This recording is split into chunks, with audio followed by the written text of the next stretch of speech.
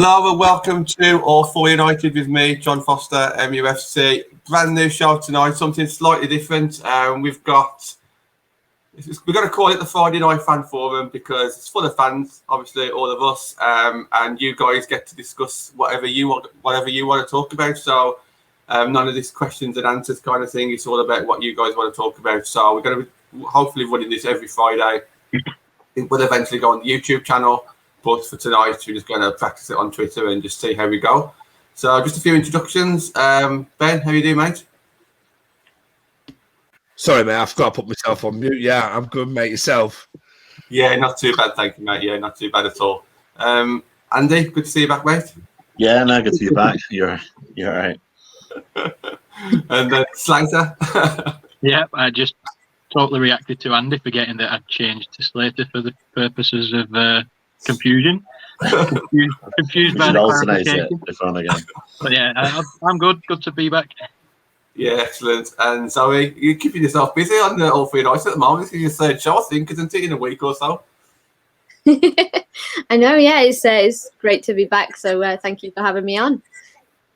Thank you. No, thank you for coming on. Look, let's get straight into it then. So the idea is up to 6 fans get to come on the show, and then we all bring our own topic. It can be about anything. It can be a memory from the first season. It could be a potential transfer target that you want, or it could be something that you've read on Twitter. It could be a match reaction. It could be absolutely anything.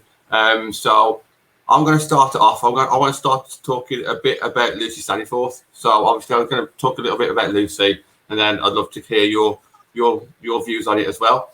So when Lucy first joined us, I didn't know much about her. Obviously, I don't pose to be a fantastic women's fan. I've only supported women's football in the last 3 years since United started, but I knew the name, I knew who she played for, and that was pretty much it. And I think at that point, we'd already signed Ivana Fuso and Ona, so I thought, get a bit of experience, a bit of WSL experience, a bit of an older, more experienced player that way. And yeah, I thought, maybe a good squad player, maybe, and that was pretty much it. Going through the season, I think Tooney, Jackie and Hayley Ladd got us to the top of the league. I think those were my favourite midfield 3. And there's no way for Kate to get in, let alone Lucy Stan. But then I just think towards the end of the season, Lucy kind of got her chance. I think she started to take those chances. Bit of a different player, I thought. I didn't realise where she was going to be playing at the start of the season. She's been playing more offensive than I thought she would do, obviously not knowing her that well. So I thought she was never going to get in ahead of Tooney and ahead of LJ. But to a point, she has. So I think she's ended the season really well. And what done it for me was just seeing her outside the stadium last week. She was one of the few players who came over. And my hat just goes off to her, really, because she didn't need to come over. And she was so calm and relaxed when she came over. She spoke to us as if like she'd known us for years. She shared a story. You probably saw the videos on Twitter. So yeah, I just think it's a bit of we don't really get a chance to talk about Lucy that much, because if she doesn't play much and if she's not really on Twitter much, or if she doesn't score much, or if she doesn't make any mistakes, Lucy kind of goes unnoticed. And I think it's just a bit unfair that happens. So yeah, I just wanted to give a bit of a shout out to Lucy on this one. And over to you guys. Ben, start off with yourself. What are your thoughts on Lucy this season?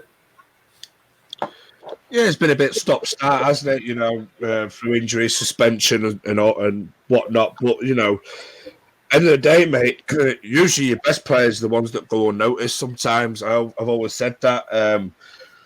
Usually your hard-working players, your players who don't always shout from the rooftops.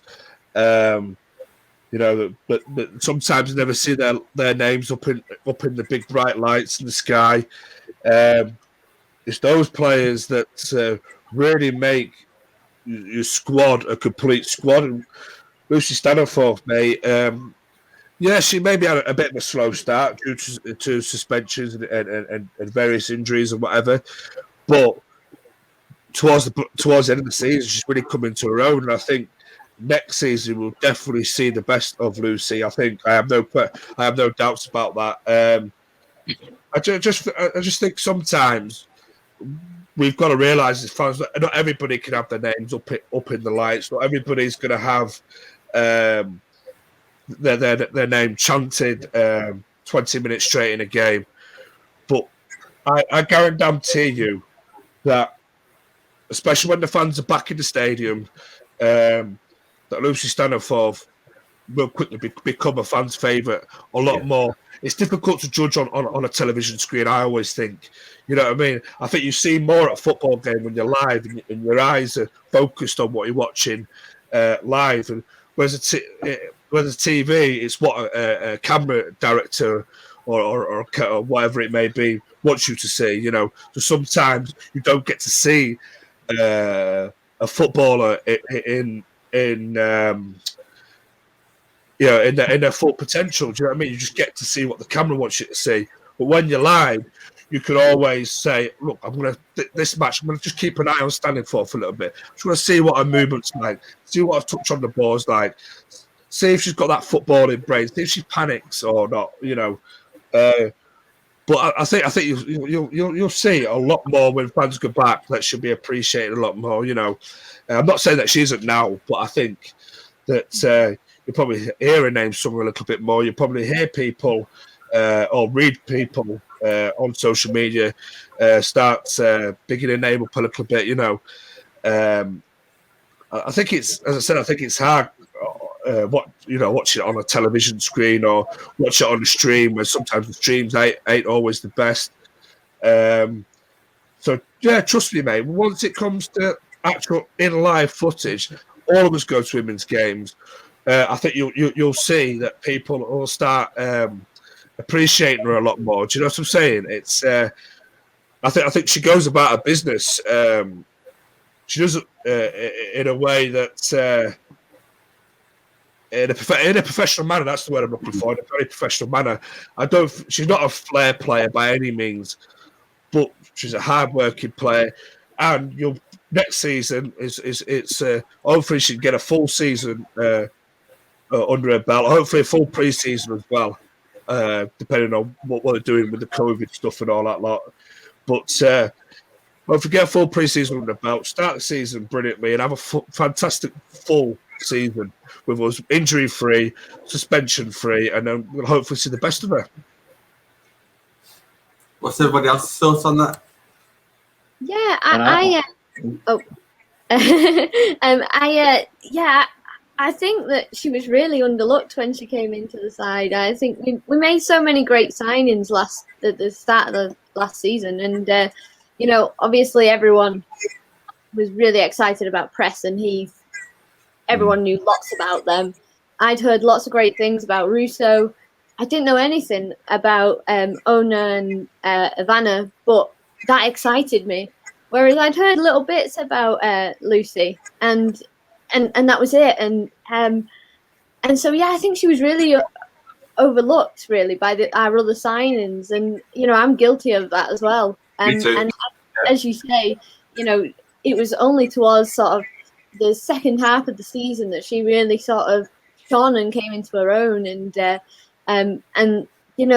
was some games, like off the top of my head, I'm struggling to pick which ones they were out, but some of her deliveries into the box, I mean, that's kind of what we signed her for, but we've been missing that, and it was brilliant to see some of those those snippets of what she was capable of. But like Ben says, I think we'll understand her more as a player when we see her live. And, it's that whole what they do off the ball. And it's one reason why, as you know, I like Mary Earps. When you're in the ground, you see a different side to Mary. You see a real team player that really rallies everybody. In a lot of ways, she's almost like a captain figure herself. But obviously on telly, you only see do the odd save or the odd miss save or whatever, and so she gets a little bit of that criticism this past season. And so I think a similar thing will probably happen with Lucy when we get back into the ground. We'll see just what she's capable of as an all-round footballer. And again, after seeing that video, she definitely went up in my estimation as well, because as fans we all love a player that is engaging with every aspect of the club, and that includes interacting with fans and showing what the club means to the fans whilst they're there. So, yeah, I'm excited to see more from her. Yeah, 100%. Sorry, Andy, what was you going to say? No, it's fine. I mean, I'm just building on what Ben was saying, and Zoe, really. I think, unfortunately, I'm just trying to remember something specific from the season that she's done, and I can't very easily. That's not a criticism of her. I think you would top Bob on saying about being in the ground versus on TV, and especially in the women's game with the sort of camera 5 miles away on the right hand side that FA player seems to be, and and it is different in relation to like the Prem and Sky Sports, and maybe with Sky next year would be better. But I think that it's she's not old by any means, but she's definitely going to be someone we're going to need to stabilize our squad with next year and try and be one of the leaders in the dressing room. I think that it's really weird that we've not had fans. Think about every footballer previously and everyone that's currently playing has wanted to and has always played in front of fans. That's always going to have an effect. Some people will get nervous and get extra kick on. Some people will buzz from it. And I think more generally as a squad, they did miss us certain points this year. I think we discussed even on some of the watch-alongs, like we'd be screaming out, proverbial right now. We would be sort of behind them, and I think for more other teams in the WSL, they haven't really got anybody like that. So I think that's probably definitely had an effect. But I think it was great that she came over, and it's good to see. And I'm just hoping that if we can have a smooth summer, hopefully COVID behaves itself. Obviously that seems to change a lot, and if we can sort of go into next season, and I think she would, she can maybe act as a bit of a stabilizer for any young people that come in or any external signings as well, and try and embed the culture that she started to obviously like at United. Yeah, you hit the nail on the head there for me. But I just want to get Slater's thoughts on this one as well. Yeah, I think from last season was a tricky one because for the first half of the season we had our squad seemed like it was stacked, and it felt like we could, good players were third and fourth choice because we were so confident and performing so well. And then the second half of the season it was just put out on the pitch whoever's still standing up. So it's tricky to judge it based on all that, and especially like a couple of you have said about the difference between watching live and watching on TV. Ben brought it up and Zoe mentioned Mary Earps. And when you watch Mary Earps live, you see a swagger that you expect from a United player. That's confidence rather than arrogance. You don't see that on telly. And we don't know what we might see in Lucy live because we haven't yet. We haven't had that privilege. So it will help our judgment when we see her live in the stadium. And from what she said in these couple of little videos, you get the impression she'll feed off that as well. She'll feed off that presence. And I think she will be a mainstay of our midfield next season. Yeah, that's kind of just how I wanted to end it, really. So, loads of rumours about who's going to be leaving, mainly defenders, mainly attackers. Not too many midfielders, I don't think, would probably leave as a guess. So, Lucy could potentially work her way into the squad, maybe, depending on form, like maybe fourth choice out of three, the possible three. She could be fourth choice, like the first sub. And yeah, I really hope that she hits the ground running. I think she's confident anyway, but as you guys have all said, she's not like someone like who's got standout moments. I would love for her to have a standout moment at the start, get all the crowd behind that, and I think she'll buzz off that. And then Slater, you mentioned leadership, I think, and yeah, maybe, just maybe, that'll kind of give her a bit of confidence as well. So yeah, big shout out to Lucy Stan. I think I don't talk about it enough on this channel, and I think I need to be honest. So let's hope that she hits the ground running next season and go from there. Zoe, on to yourself. What did you want to talk about? Well, I'm still reeling from Casey leaving us, of course. I'm still not over it. I think we'll never be over it. But I think in my mind, I've started thinking about the impact that it's going to have on players in terms of the players that are leaving, but also the players that are going to stay. And obviously, they're a group of professionals. So we hope that, they're going to stick around. They're going to hit the ground running, like you say, and sort of listen to whoever the incoming manager is and still be the great players that they are. But one player in particular that I'm worried about is Leah Galton. Arguably, I think over the last 3 years combined, she's been our best player. She's consistent. Obviously, I know she's had some injury problems throughout her time with us. But whenever Leah Galton's on the ball, I get excited. I know something's going to happen, or there's a really good chance that something good's going to happen for us. She's got the pace, she's got the skill, and she's been playing with the confidence as well to make things happen. And so I've been thinking a lot about this because obviously before United sort of had a women's team and Casey was there, Leah had some time away from football. And I truly believe that it was hugely down to Casey, who got her into football again, that helped her to rediscover that passion and has then shaped her into this incredible player that we all have come to know and love and get excited when she's on the team sheet and get a little bit worried when she's not on the team sheet. And so I wonder, if a manager has had such an influence and such a huge impact on a player like Leah, what happens when that manager leaves? And I'm sure it's a worry for all the players anyway. Are they going to be in favour with the manager when they come in? They'll have their style of playing and they might not fit in and whatnot. But Leah is the one who really cements this team, I feel. And I'd like her to still be happy at the club, first and foremost, but also to keep that form for us. And I just wondered, what kind of manager do we need that's going to help, that's going to be best for players like Leah? And I don't really have the answers. Well, that ties in with something that we're going to talk about later on in the show. And Marcus, stick around because I do think we'll kind of mention that throughout the show. So I don't want to kind of steal anyone's thunder just yet, but that's that will be coming up. Ben, over to you on this one, matey, because I know that you love your wingers, especially Leah Galton. Leah Galton is one of my favourite players as well, but go on, Ben. It'll have to be a proper management style of manager, I think, which I always said was one of Casey's most underrated skills, was a proper manager that she was, or player manager that she was, whichever way you want to describe it. It all depends on the character of this manager that may come in.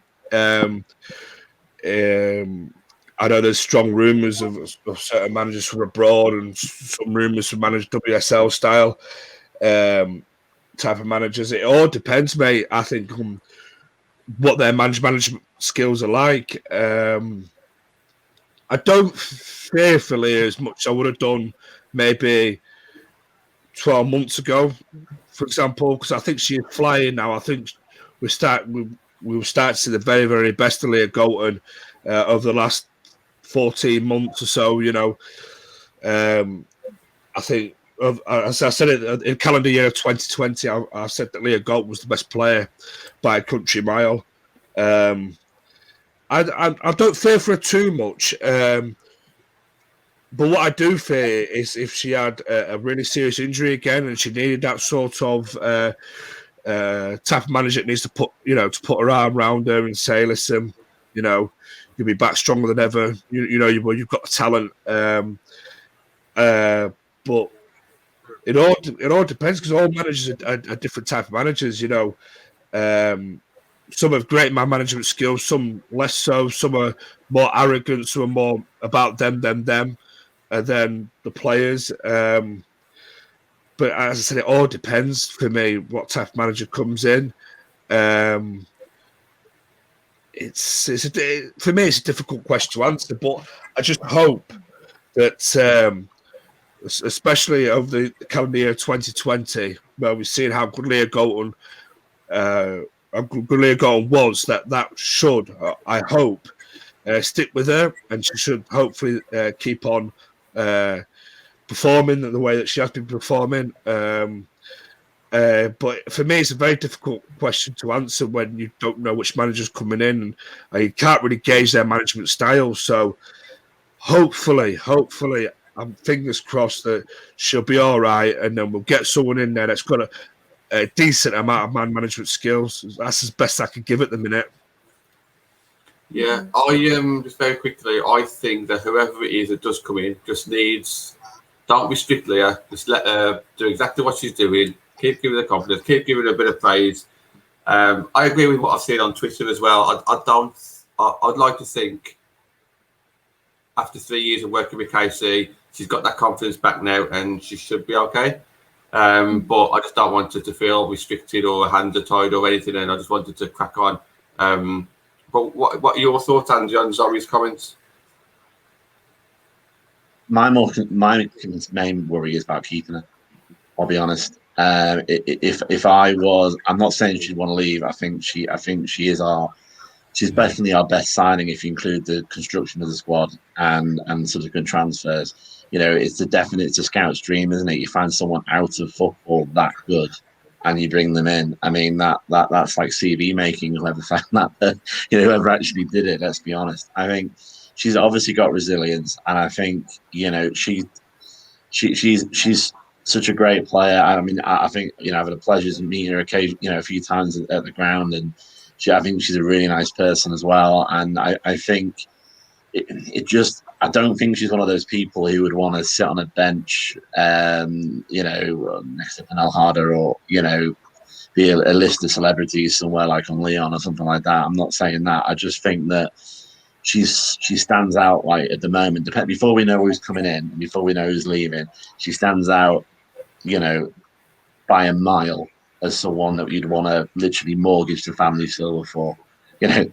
Tired, as much as you can. She sparks us. I mean, present on the team sheet, we've discussed about how the effect it has on us as fans. I wouldn't be that surprised if it has the same effect on the players. Yeah, greatly is playing.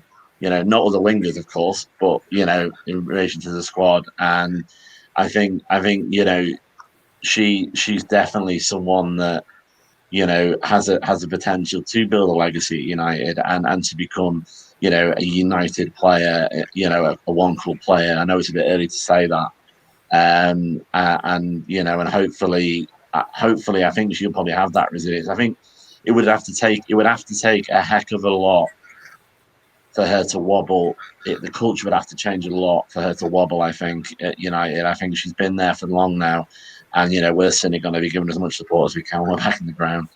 100%, yeah. Everyone have a little think about this question on screen while Slater talks about Leah Galton and what he's heard already. There's one that comes to mind, but go on, Slater. Well, Leah Galton is our best player, and that's not that is outright. Even with the Americans, if the Americans were to stay, you still look at Leah Galton as key to the team. 2 World Cup winners joined United, and Leah Galton was still a shining star within the team. That's confidence. Confidence brings that. If she was a little bit fragile, I think she'd have shrunk away at the sight of two World Cup winners that potentially both could have been wingers, come strikers. They were threats to her place, but they turned out not to be. That's got to build your confidence. It's got to be confidence there in the first place to thrive on that, and it's got to build your confidence to still be considered one of the best players when you've got 2 World Cup winners in the squad. And I think with the worries about a new manager coming in, if any manager comes into United and puts Leah's nose out of joint, then they're not a good enough manager for United, basically. 100%. Yeah. Probably not a good enough manager for a WSL team. If you're bringing in a manager that you think is good enough, then recognising the best player and how to look after him and keep him settled and happy, that should be a given. If a manager comes in and upsets Leah, we've got much bigger things to worry about than losing one player. That's a great way of looking at it, isn't it? And I think that's a great point, yeah. So we've got Beth England that's come up in the comments, Cuthbert. Do people agree with those names? Would anyone want anyone different? I think Beth England's the most popular one that I've seen on Twitter, but anyone? It depends if these people have signed new contracts. Like on a pre-record earlier, Matt touched upon it that he would have took Ellen White, but Ellen White signed a new deal just was it today or yesterday? As a striker, if you're looking at them sort of like players or whatever, you've got to. It's difficult because apparently there's been rumours that Beth England's saying that she'll give it one more season at Chelsea to fight for a place, but who knows, mate? I love a Beth England. I love a G as well. I like G there. If she feels slightly out of joint, I'd take her as well. She's a decent player. Yeah. So I think someone said Cuthbert as well. Yeah. Cuthbert, yeah. She'd be a decent player as well. It all depends how comfortable some of these players feel. If playing game time. Because if LJ does go, there's another one that as they're attacking artillery, So it all depends, mate. Really. You can always every team can only play 11 initially. If they don't include subs, and I think that. If you think of a new player coming in, maybe this is me being biased, being a United fan, but we are a great. There might be a bit of a risk, maybe if you are in the top three. But if you're getting the odd 20 minutes, the odd 10 minutes for Chelsea, Arsenal, or somebody or City like that, you're gonna if you fit what maybe the new manager wants or if there's a space for you, you really have the opportunity to just spark your career if you came to United.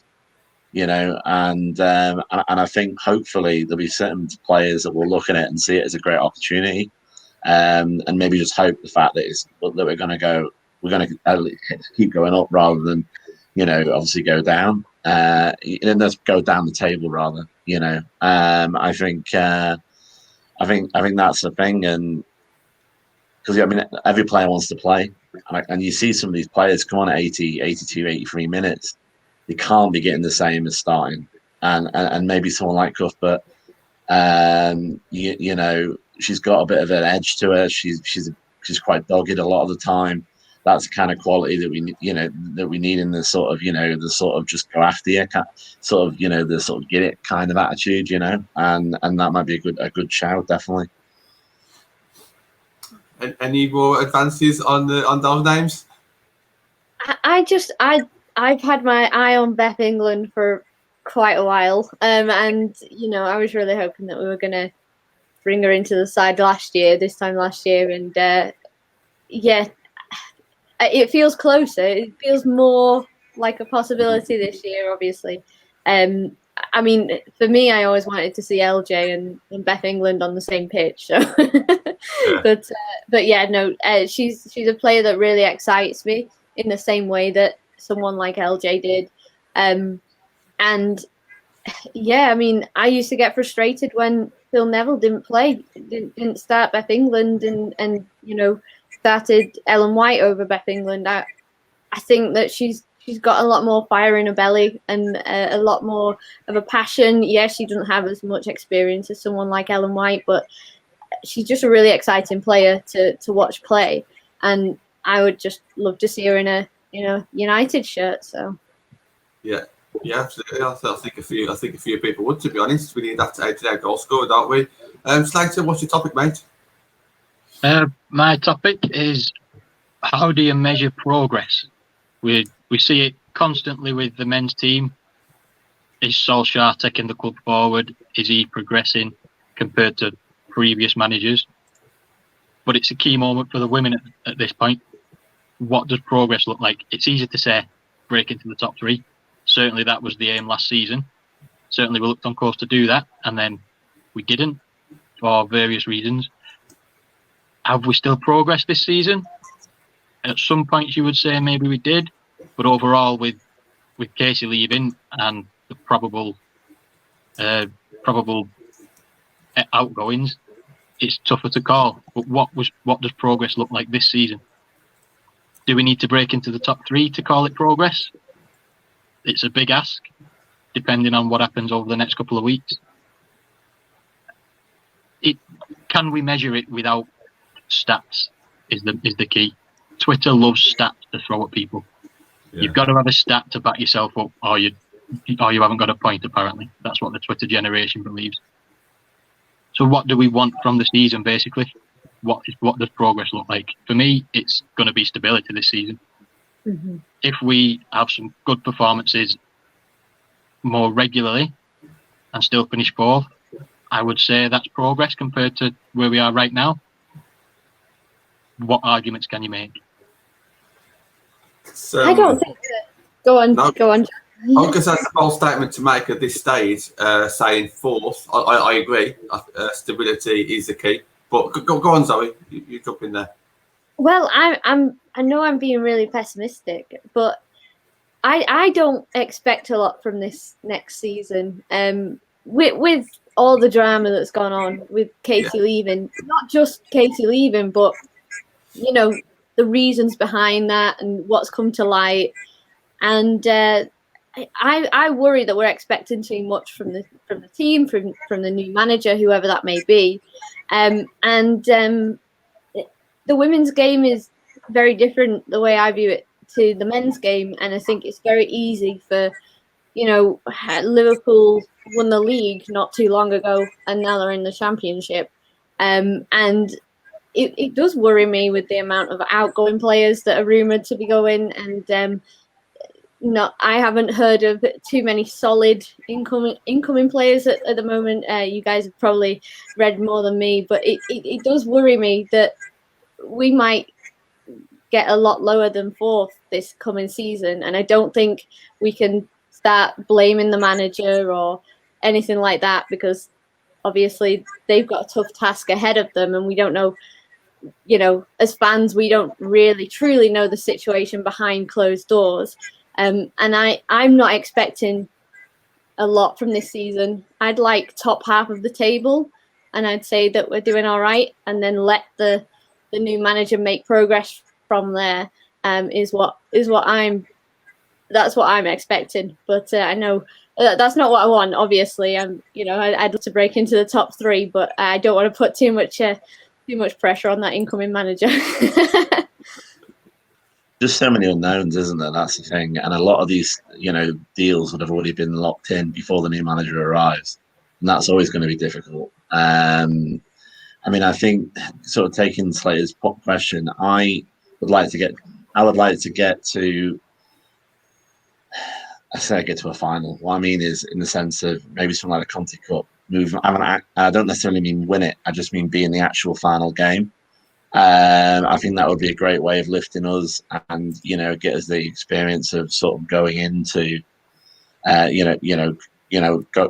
towards a cup and maybe even winning a trophy. But I think it may be a season, if you go one or two ways, it may be a season where we get rid of maybe some players who do need to move on, bring in some players that need to come in. Maybe, new manager, new start. Some players will suddenly be like, they're different from last year, because they've got a new set of eyes. And I'm sure the first thing any new manager is going to say is, team sheet's blank, guys. You perform, you're in, and that might spark some players at the minute were like, about maybe. I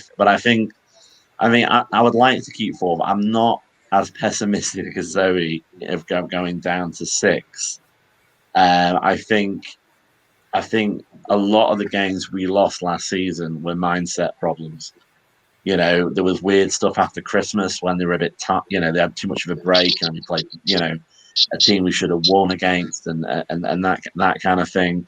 I think that's probably a bit of a quicker fix if to get the mindset right. But I would hope to get into the Conti Cup final and be fourth. That would be, for me, that would be progress. But I think to answer the question a bit as well, I think I'm knowing exactly where we're going next year. So a clear direction, saying, right, okay, well, it looks like next year we're going to go, and I think hopefully that's makes some sense. It's like my mate Stu Woolley just said there, stats are just stats. They don't tell the whole story. For me, it's going to be how this whoever the new manager comes in, how they approach the job, what players are retained, what players are sold, what players come in. We can't have a drastic drop-off. You know what I mean? Because if we start having a drastic drop-off, you're going to have the Twitter fans get on this new manager's back. You're going to have, people, rival fans sticking it to us, oh, they thought they was going to win the league last season at Christmas. Look at them. It's a tough ask. It's a tough job. Whoever comes in, big boots to fill, really, as well, or shoes to fill. Taking over from Casey Stoney. It's as if they get the backing as well from the board, from the owners as well. It's what is our infrastructure like as well. It's like what's happening with our training facilities. I'm going to have something settled. What's the bigger picture? What's the next 5 year plan? Going to be like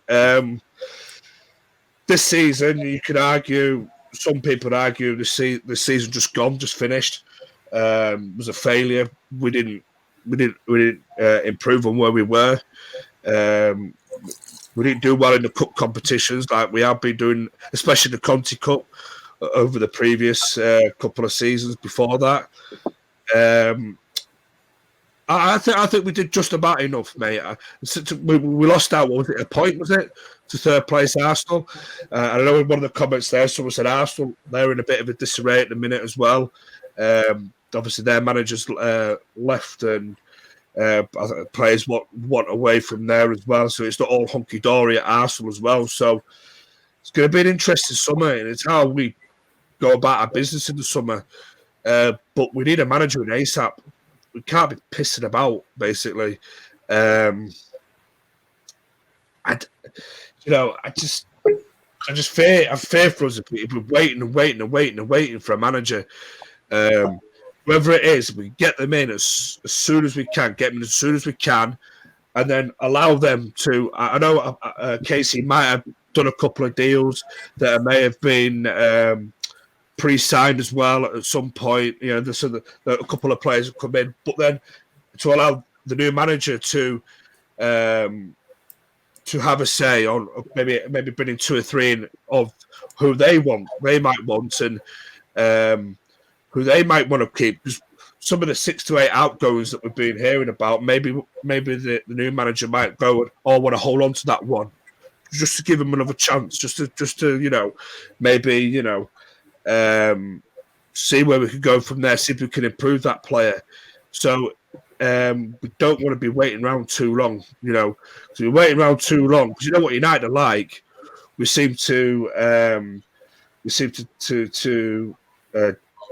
tally a little bit, when it comes to either transfers or when it comes to bringing somebody in. We need to bring somebody in as quickly as possible, get them settled into the job, and then give them the best opportunity that we can give them to improve on where we were last season, or consolidate where we were. If we finish 4th again under a new manager, under a whole not a whole entirely new squad, but a vastly new squad. If we're going to have 6 to 8 going out, which is the sort of consensus what we're looking at, we could consolidate 4th again, because there was a big drop off between us and Everton. Was it Everton that finished 5th? Top of my head. Yeah. Was it Everton? Someone might correct me. But and apparently they I didn't realise this today, but they've got a bigger budget than we had. So that just shows there's a bit of a drop off between us and Everton. So we could keep that gap between us and Everton and try to consolidate 4th and try and push for that 3rd place, because we know Arsenal are in a bit of a mess as well, like ourselves. But we can get ourselves in there, keep the belief. But it's all about getting our next appointment right in as soon as we can, and get the signings done as soon as possible. Let's make a statement, get our signings done, dusted, and then we go into pre-season, everything done, new manager in, hopefully a better understanding of the infrastructure around the women's side, what's happening with the training facilities and etc. That may take a little bit longer, but at least the new person that comes in has that rough idea. And finally, just get the players in, so we get the players integrated into the squad quickly, and then we can try and have a good pre-season, and then hit the ground running when the season starts in September, I believe, isn't it? So we've got a lot of work to do, but hopefully, if we get that work done, should be good. Hopefully. I think it's a cracking question. I think it's there's no black or white kind of answer. I think it depends a lot on what your expectation is to know if it's progression or not. We had a similar chat yesterday to Rodney on YouTube, and as always, Rodney always comes up with a different way of looking at things. Touching on last season, I would say it was progression, because even though it was fourth, we closed the gap. Even though the cup runs wasn't progression, but I think the league was. And you can talk about, the second half of the season was poor. The first half of the season was brilliant. We kind of levelled out to pretty much where we deserved. I'm a believer that the league doesn't lie. Slater mentioned a bit about the men's team as well. I think sometimes we get a little bit caught up about where the club should be and where the actual players should be. So just touching on that, like regarding the men's team, the club should always be number one. We should always be the best in the world. But the actual playing staff that we've got at the moment shouldn't be anywhere near top of the league or anything like that. So for me, the expectation and progress there, I think finishing second on the men's team is very good progression, because I don't think our squad is anywhere near capable of winning that league over Man City. But the club itself should always be fighting for number one. I think it's very interesting there that we're having these conversations without, Zoe mentioned between maybe fourth and sixth potentially, depending on who comes in. I almost agree. I think I do agree. I think stability at the moment, at this moment in time, is number one, because at the moment I can't see us getting any better than we are this season. I think we could iron out a few creases, but then you could also argue, can we win Arsenal next season? Can we draw against Chelsea? Can we draw against City with a brand new manager with loads of new players, potentially not as good players, potentially not as experienced? We don't know that just yet. So I do think stability is number one. But we quickly need to get on board. We need to get this manager in. We need to know what the playing style is. We need to all obviously work together on that on the training pitch, because I think I said it yesterday. If we don't hit the ground running next season, Arsenal are going to have a better start to the season, you would think. City would have a better start to the season. Chelsea are going to be hungry as always. And look at the great start that we had last season, and we still didn't get into top three. So I think there's just so much pressure on this new manager, and it's a shame, because I think Twitter will come out. We mentioned stats. If we don't get off to a good start, he's going to be compared to Casey. I'm a big Casey fan, and I don't think I'm going to be the type of person that will say Casey would have done this, Casey would have done that. But a lot of people are. I think a lot of it is dependent on the manager, and also dependent on the players who come in and leave. Slater, do you want to kind of finish up on that point at all, mate? Yeah, the discussion is exactly what I was looking for, because Stu, I think it was made the point that stats are just stats and don't tell the whole story. And that is exactly the point. That is a rarity in football these days, that you look at the narrative rather than the stats. And that's what we need. That's the kind of perspective we need this season. And I think the all-round approach given by everybody is exactly what I was looking for. That there's a lot of things we don't know. Your point, John, about where the club should be and where in reality we could expect to be in relation to the men's and the women's. Yeah, we want to be in the top three. That felt realistic this season. Now, it would be a huge achievement. We've got, after the rumoured outgoings, we've still got a very good 11, but we've not got much of a squad. And one of the worrying things, like Ben pointed out, was a lot of the incomings are apparently done. Yeah. How? We complain about Ed Woodward buying players for Solskjaer when he's not the one picking the players. Casey might have been the manager for the last 3 years, but she's not picking the team next season. But apparently she's picked some of the players that are coming in. There's a lot to find out from that over first of all, when the new manager's announced, who it is, what the style is, and then the discovery of those players going into the season. It's going to be very interesting and could be a bit of a roller coaster. But yeah, I agree with all the points that stability is the key. Stability would be progress from where we are right now. Top 3 isn't very important. It'd be wonderful, but it's not very important. 4th would be a great finish. And yeah, let's judge it throughout the season and not on numbers. It's like now would be a good time to just talk a little bit about something else that's going on in your life at the moment regarding Man United. Do you want to just touch on that as well, mate? Yep. Due out in the next week or so is a new fanzine, a first fanzine for the women, and I believe a first fanzine in women's football.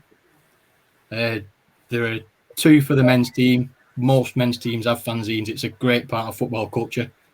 Walking to Old Trafford, but some of the most familiar sounds that take me back are the old shouts of Red News out today, new red issue, United we stand. If you walk to a football ground and don't hear that, you miss it.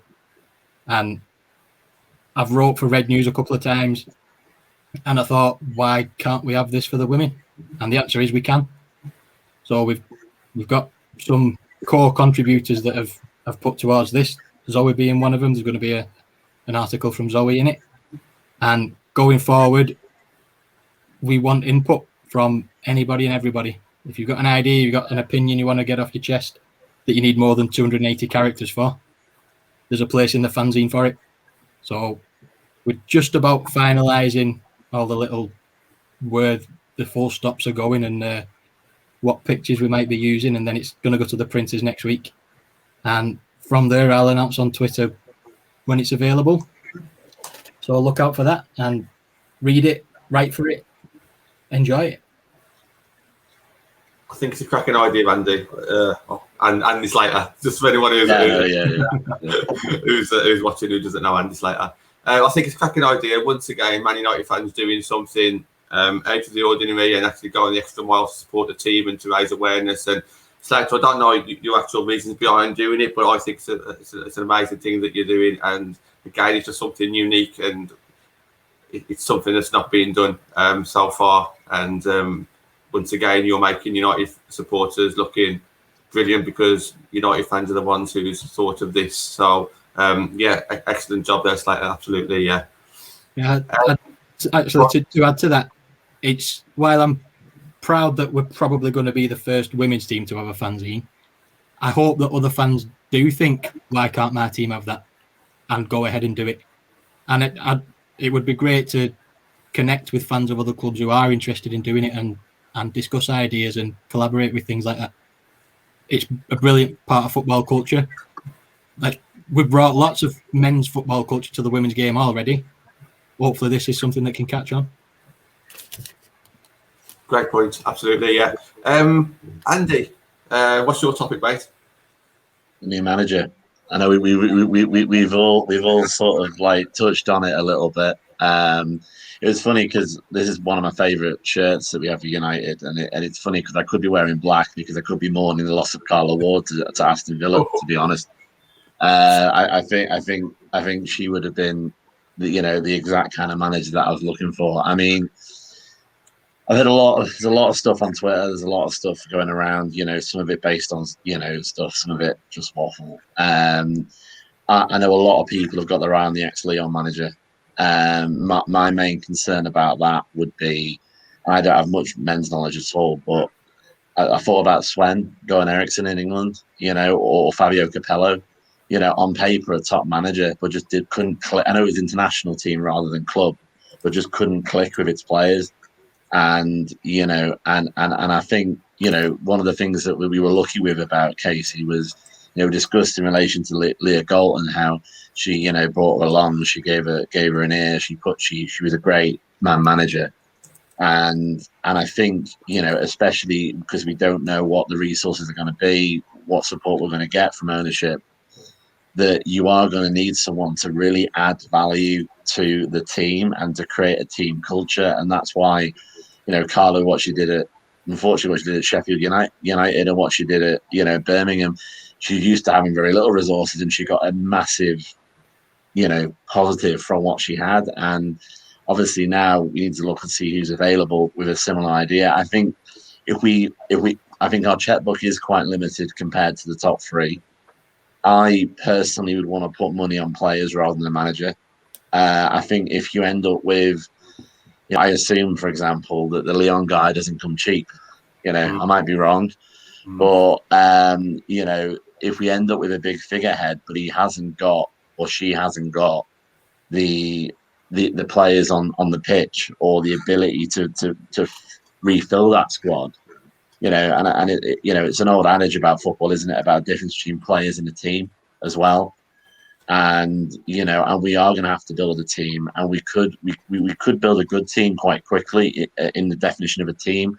Obviously, Casey brought in those like bonding events. I don't know if the new manager is going to follow that. And I think from maybe the characteristic to what you would want, there's one criticism that I could say on Casey and actually Phil Neville, and I love Casey Stoney. She's a fantastic manager for us. But I think this is a key thing that we need to get, and that is someone who is good at in-game changes. Obviously you got your half-time, you got your full, but someone who can view the game on the sideline and make in-game changes. I don't necessarily mean substitutions. I mean, see when it's going wrong or when you can tweak it and move it on the fly. So maybe I'm shooting my own argument down. You need a more experienced manager that'll be able to do that. But I mean, we were saying earlier as well about the squad. Was it 3 weeks or a very short time? I know it was a championship that Casey brought together United from scratch, and it is doable in the short period of time that we've got. And I would like, as I say, a Carla Ward style of character. Unfortunately, we can't get the person now. Even someone like Gemma Everton from Aston Villa. I know she sort of disappeared a little bit towards the end of the season. I think if we got someone who could build that culture around them, maybe another against the world culture, if we are more depleted, then you're going to get that extra mile off people, and maybe we can get as much as we can out of the resources and the players that we've got. So I suppose what I'm trying to say is, what are people's views on that? And, would you go for a more experienced manager, maybe at the expense of losing an extra player we could bring in, or would you try and find someone who can maybe take that first manager job like we did with the championship and actually do really well? I think Vicky in the comments has kind of made her opinions known. I think he just wants someone a bit more experienced, someone who's won trophies that won't come cheap. I'll just quickly say what I think. I haven't got any names in mind because I don't know enough about women's football managers. But I just hope that the managers that we get in, I want them to think more about the club than themselves. And I don't know what it's like with the women's game, so I can't comment too much. But I know that there's been Man United managers who've cared more about their own ego than maybe the club. I don't want someone to come to Man United women's team for a season or two and just move on. I want them to, even if it doesn't last, I want them to at least hope that they're going to be here for 5 years and have a plan in place, just like Casey did.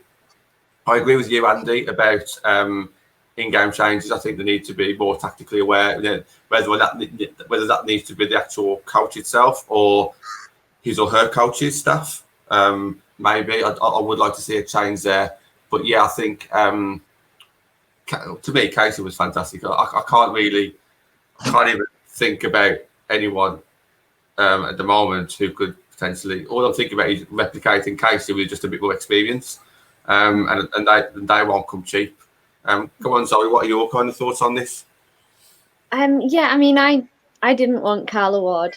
I want somebody that does have a little bit more experience. It's really hard because when I think about it in my own head, I just contradict myself the whole time, because obviously I want someone who's really good with the players, like Casey was, that saw them as people first and players second kind of thing. And I think we all want that. And but at the same time, I want someone who's a little bit ruthless and not too sentimental with players. And if someone needs dropping for a few weeks, they just get dropped, and we the team as a whole improves.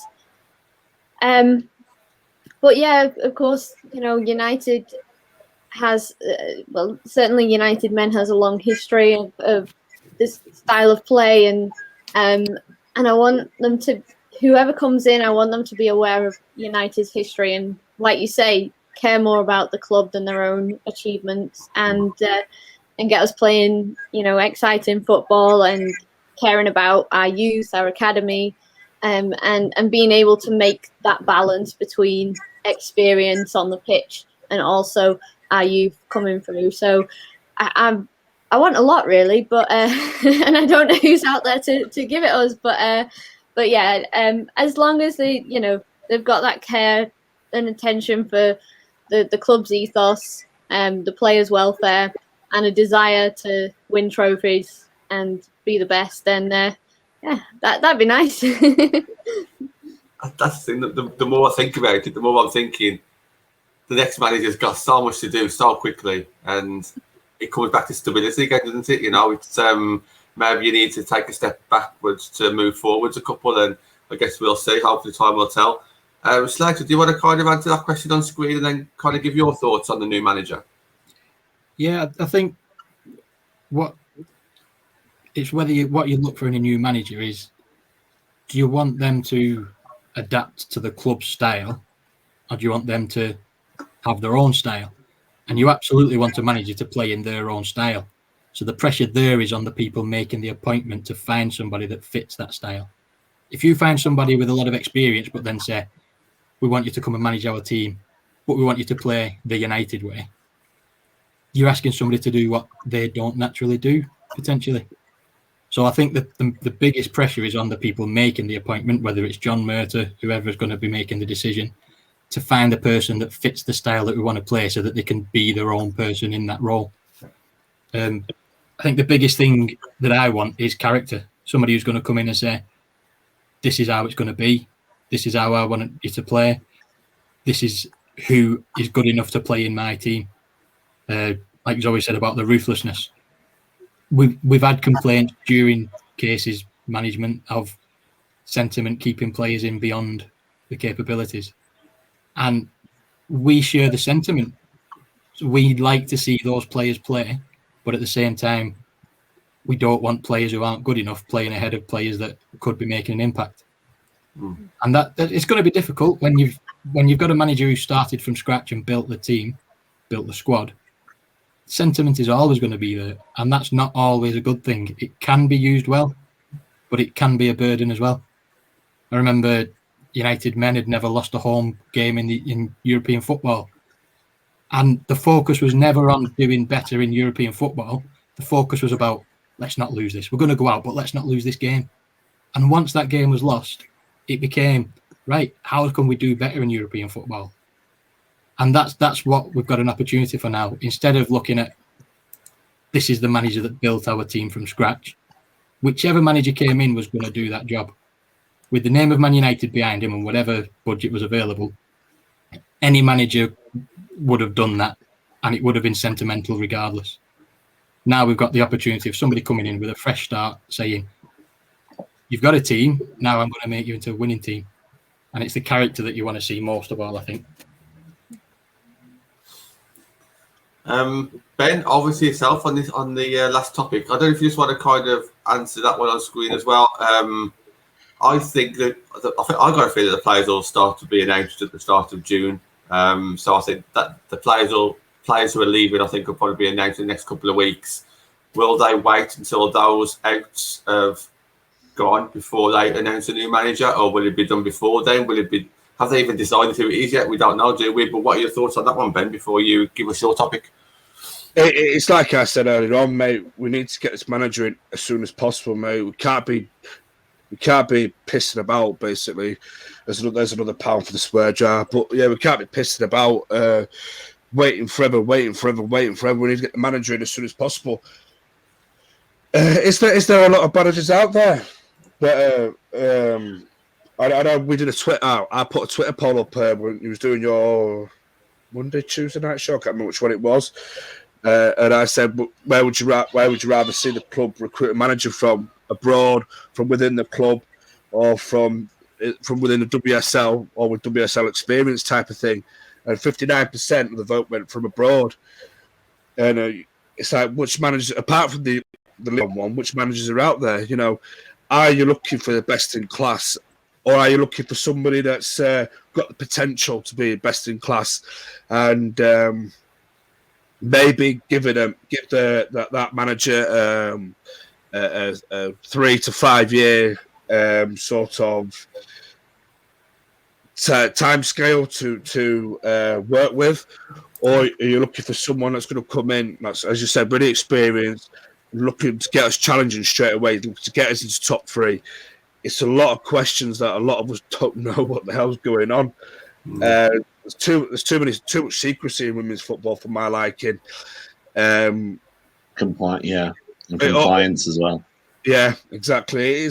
It's all to do with who comes in, and the transfer window opens and then for June. Hopefully, it all depends. I'm hoping as soon as Casey sort of said to them, "Listen, I'm gonna go. I want to leave. I'm gonna hand my resignation." United would have been straight on looking, scouting for the next manager, and not pissing about looking last minute for one. Because we have got competition. There is other teams that need managers. It's going to be a bit of a dog-eat-dog world, you know. But we are Manchester United, and it's all about getting the right appointment. And for me, somebody that has their own ideas, but at the same time accepts the club's what the club is all about. I'm not expecting a manager to play the Manchester United way. Listen, I'm not expecting any manager to come in that has their own ideas to play the Manchester United way. But what I do expect is that they come in and they value the history of this football club, that they get it and they buy into it, and then maybe take some of that history and maybe take some of that core values and put it into their own management style. But again, it all depends what manager you get in. It all depends what their characteristics is like, or what kind of character they are. I don't know, man. To go to my topic, it was the romantic idea of having managers to try and build a legacy, to be here for over a decade. Because I said as soon as Casey came in, and especially, I think it was roughly about halfway through the first season in the Championship, I said, well, this is a manager that looks like she could be here for the next decade, that could build a legacy. It's the same sort of a mold of Alex Ferguson, obviously Matt Busby. She gets the football club. She's bought into the history. She's bought into the ethos of Manchester United. Am I being too stupid to think that there's going to be another manager out there that could stay that sort of length of time with the way modern day football is? Or could there be a possibility that could be a manager out there that may want to stay and build a proper legacy? Because I'm very well aware that the women's game is a lot different to the men's game, whereas players and managers, they tend to move quite quickly. It's different clubs really, really quickly. Some season by season, you know. Is there going to be that sort of stability there in the years to come? Will there be a manager that might say, I might spend 5 to 10 years at this football club? And kind of the way that Emma Hayes is probably doing at Chelsea as well, you know.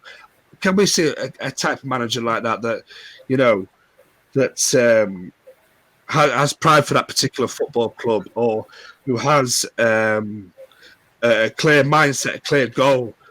Or are we just asking too much, basically? I don't know what other people are thinking, but maybe I'm just a little bit guilty, maybe with Casey, thinking, we've got a manager for another decade here, you know.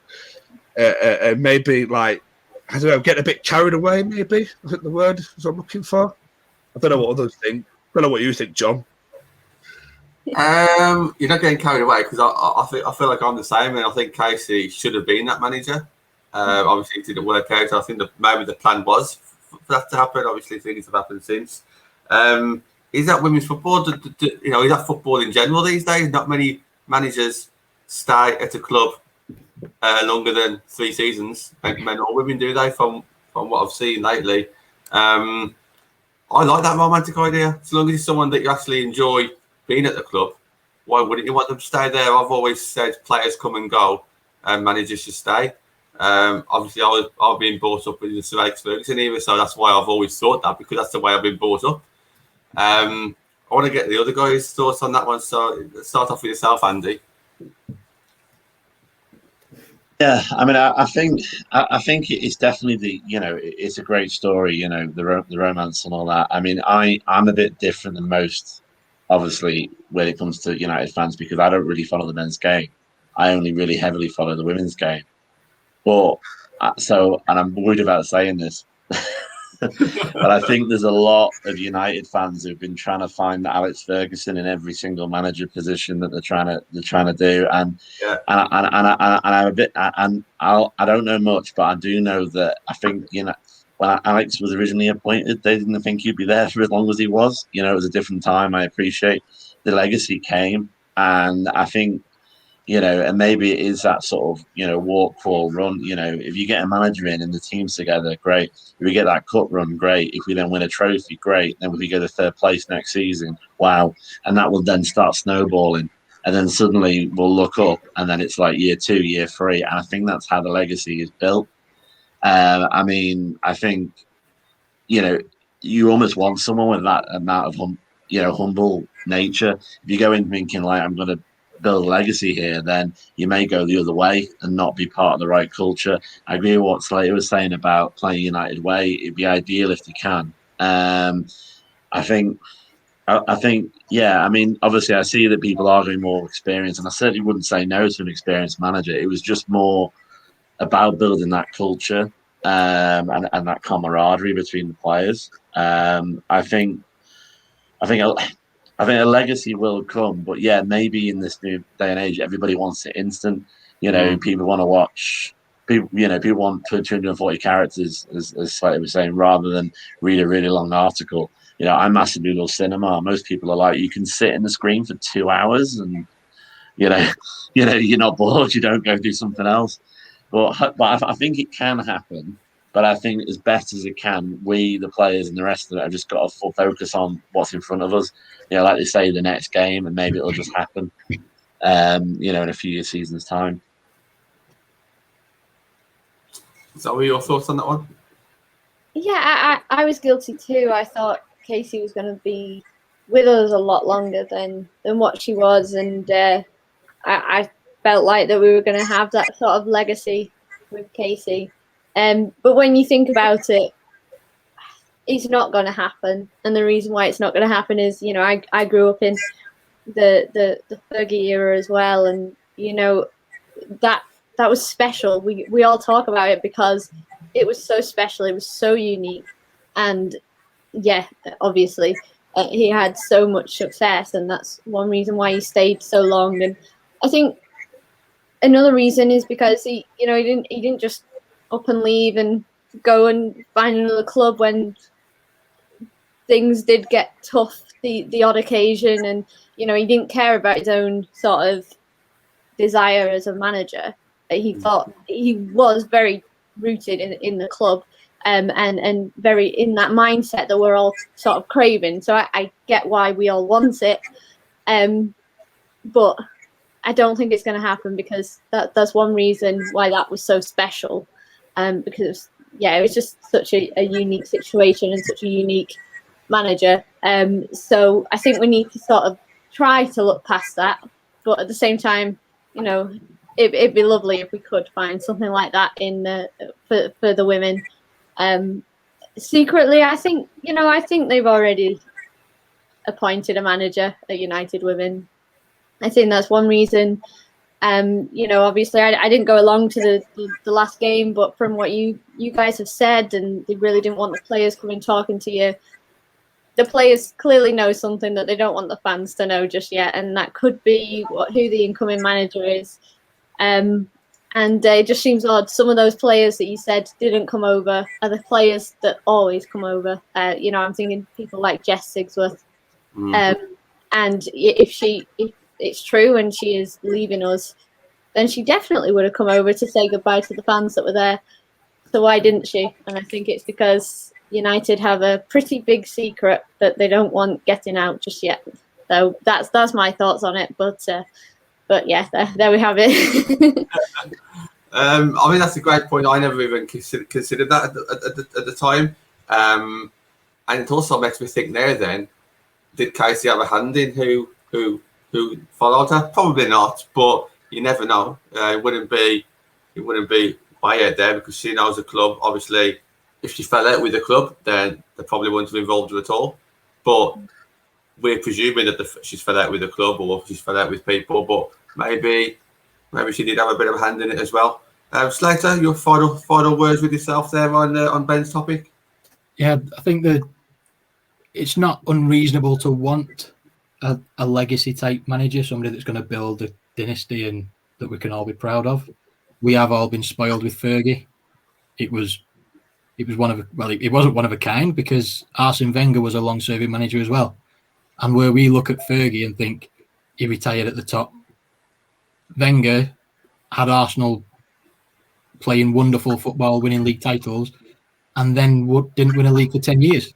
They became the fourth place was their stealing. So it's not always a good thing to have that legacy and make it difficult to sack somebody because what a mess those last few years under Wenger were, where they didn't want to sack the favourite manager who turned them from mid-table team to title winners, but they kind of needed to.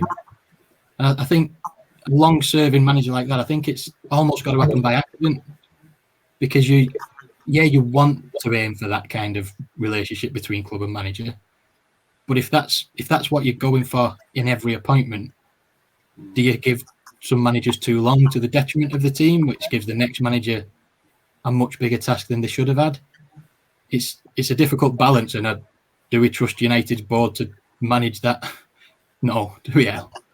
But I think it's got to be almost by accident because you've got to get the balance between getting the right person in at the time, keeping the right person in when they can still carry on with progress, and getting rid of people when it can't take you any further. So I think it's not unreasonable to want it, but I think it's almost got to be an accident for it to happen. I think it's impossible to engineer that kind of length of service. Yeah, that's a good point. I think I'd probably agree with that as well. We have come to the end of the show. As always, when Ben's on, it does run off on these Twitter lives. Thank you for joining us. Thanks for joining us short notice. Really do appreciate that, Ben. Andy, Zoe, Slater, thank you for joining us. I hope you enjoyed this one because I think everyone kind of spoke about what they wanted to speak about, which is great. It's kind of what I wanted on this one. We'll try and get this show on YouTube next week. So every Friday night, we'll try and do this Friday night fan forum. Whoever's free, let me know. We can only have 6 guests, well, 5 guests and myself. But yeah, by all means, please just keep in touch. If anyone's in the comments or anyone watches this who wants to come on. Oh, here he is. Good old Anthony. Did he miss the memo or something? Always late, actually. We're all going to say goodbye now, aren't we? Anthony, watch the replay, mate. We've been going for over 15 minutes, but thank you for coming on, Anthony. Please watch it back. Something a bit different tonight. Thank you to everybody in the comments. And please retweet it. This isn't on YouTube, so if you like what you see, just press the retweet button and let your friends and family see it as well. And that's it from me, guys. So thank you again for joining us, and we'll see you again soon.